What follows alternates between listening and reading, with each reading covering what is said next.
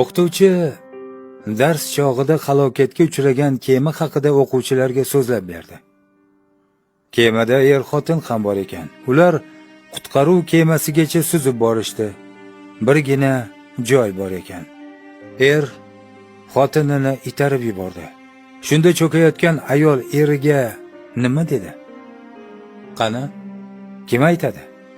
Ko'pchilik bir ovozdan sendan nafratlanaman yoki ko'zim ko'r bo'lgan ekan degan so'zni aytgan dedi. Shu payt o'qituvchining ko'zi jimgina o'tirgan bolaga tushdi. Nima deb o'ylaysan? Ayol eriga nima degan? Bolamizni ehtiyot qiling degan. Sen bu voqeani bilasanmi? Hayratlanib so'radi o'qituvchi. Yo'q.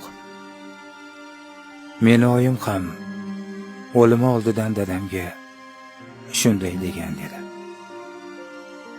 O'qituvchi ko'ziga qalqib kelgan yoshni ko'rsatmaslik uchun chetga burildi.